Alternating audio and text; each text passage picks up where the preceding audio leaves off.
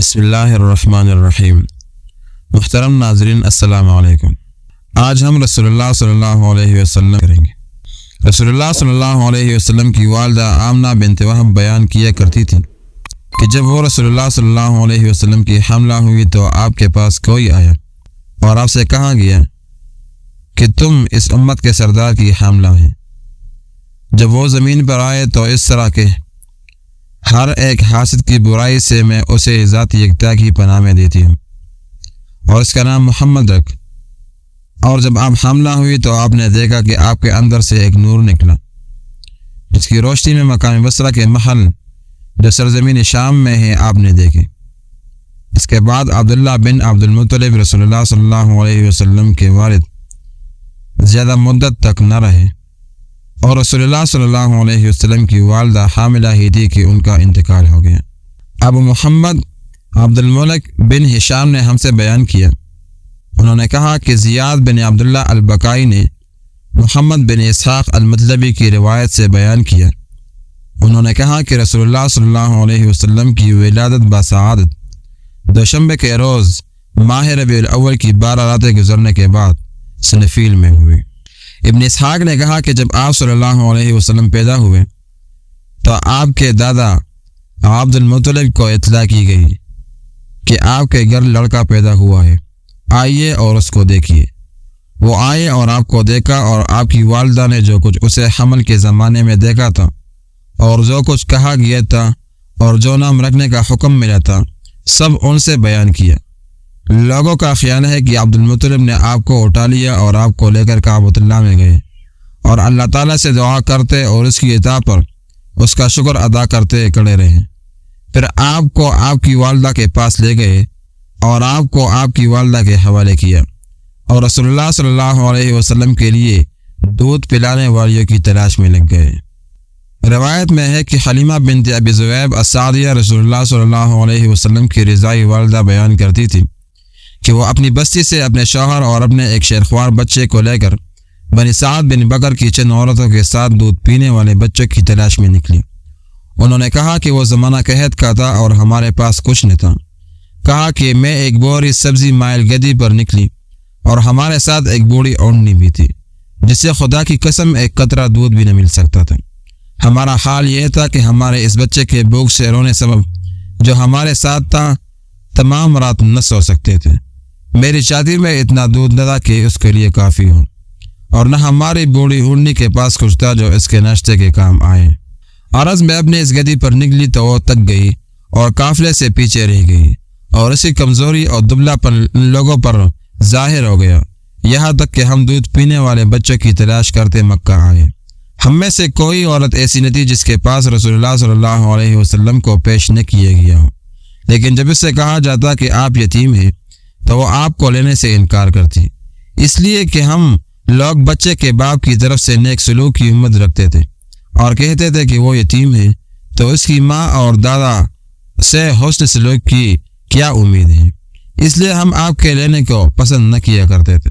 میرے ساتھ آئی ہوئی عورتوں میں سے بے جز میرے کوئی عورت باقی نہ رہی جس نے کوئی شیرخوار بچہ نہ لے لیا ہو۔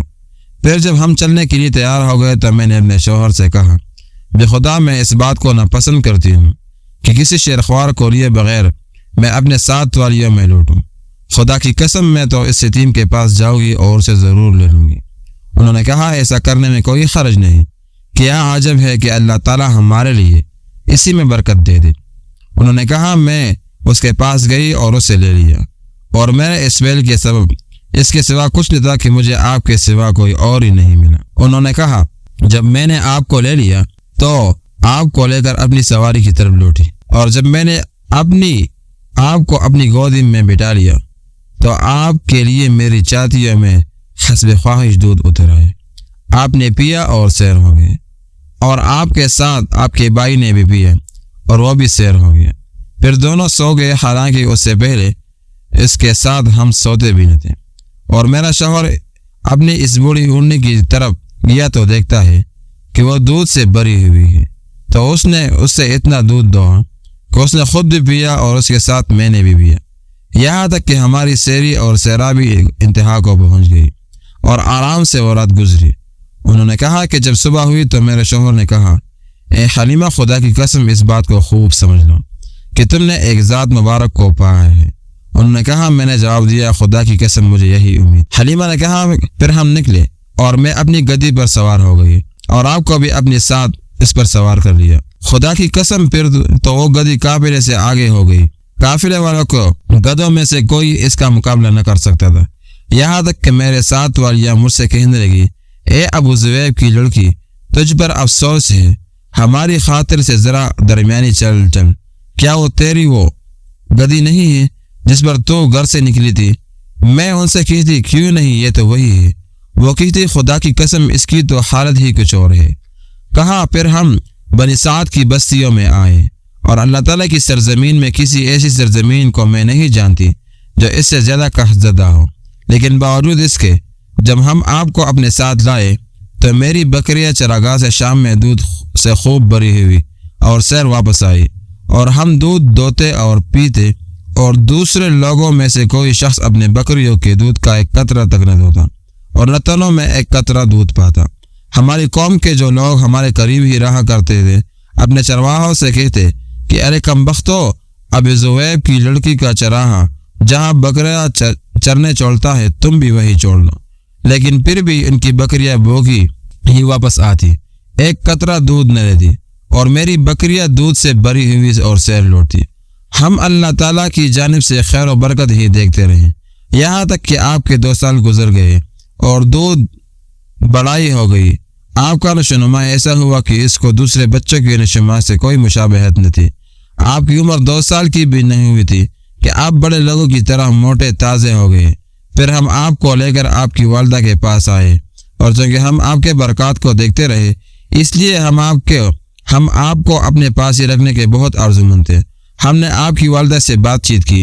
میں نے ان سے کہا، اگر آپ میرے بچے کو میرے پاس کچھ دنوں اور چھوڑیں کہ خوب موٹا تازہ ہو جائے تو بہتر ہے۔ مجھے مکہ کی وبا سے اس لیے ڈر لگتا ہے کہ ہم یہاں تک اس بات پر اصرار کرتے رہے کہ آپ کی والدہ نے آپ کو ہمارے ساتھ لوٹا دیا، پھر تو ہم آپ کو لے کر لوٹے۔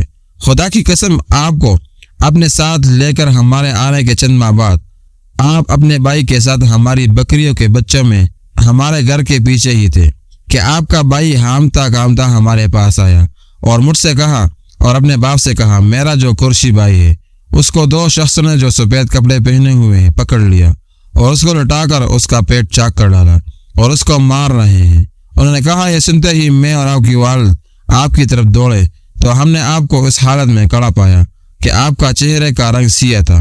میں نے آپ کو گلے سے لگایا اور آپ کے والد نے آپ کو گلے سے لگایا، اور ہم نے آپ سے کہا، میرے پیارے بیٹے تجھے کیا ہوا؟ فرمایا، میرے پاس 2 شخص جو سفید کپڑے پہنتے ہوئے آئے اور مجھے لٹا کر میرا پیٹ چاک کیا۔ انہوں نے کہا، اس میں کوئی چیز تلاش کی، میں نہیں جانتا کہ وہ کیا تھی۔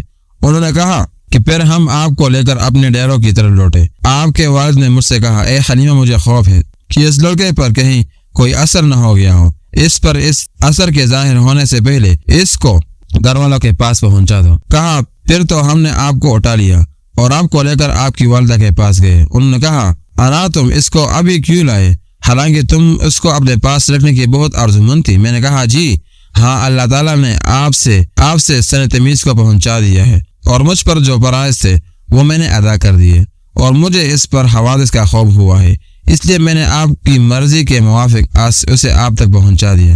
حضرت آمنہ نے کہا، نہیں، تمہاری حالت ایسی تو نہیں ہے، اپنا حال مجھ سے سچ سچ کہو۔ حلیمہ نے کہا کہ جب تک میں نے نہ بتایا انہوں نے مجھے نہ چھوڑا۔ انہوں نے پوچھا، کیا تمہیں اس پر شیطانی اثر کا خوف ہوا؟ میں نے کہا، جی ہاں۔ انہوں نے کہا، ایسا ہرگز نہیں ہو سکتا، خدا کی قسم شیطان کا اس پر کچھ بس نہ چلے گا۔ میرے بچے کی عجیب شان ہے، کیا میں اس کے کچھ حالات بیان کروں؟ کہا، ضرور فرمائیے۔ حضرت آمنہ نے کہا کہ جب مجھے اس لڑکے کا حمل ہوا تو میں نے دیکھا کہ مجھ میں سے ایک نور نکلا جس کی روشنی سے سرزمین شام کی بصرہ نامی بستی کے محل مجھ پر روشن ہو گئے، اور جب مجھے اس کا حمل ہوا تو خدا کی قسم اس سے زیادہ سب اور اس سے زیادہ آسان حمل میں نے کسی کو نہیں دیکھا۔ اور جب آپ کی پیدائش ہوئی تو یہ حالت دیکھی کہ آپ دونوں ہاتھوں زمین پر رکھے اپنا سر آسمان کی طرف اٹھائے ہوئے تھے۔ پھر آپ کی والدہ نے حلیمہ سے کہا، تم اپنے خیالات چھوڑو اور سیدھی اپنی راہ لو۔ معزز خواتین و حضرات، اگر یہ ویڈیو پسند آئے تو پلیز ویڈیو کو لائک اور شیئر کر کے چینل کو ضرور سبسکرائب کر دیجیے۔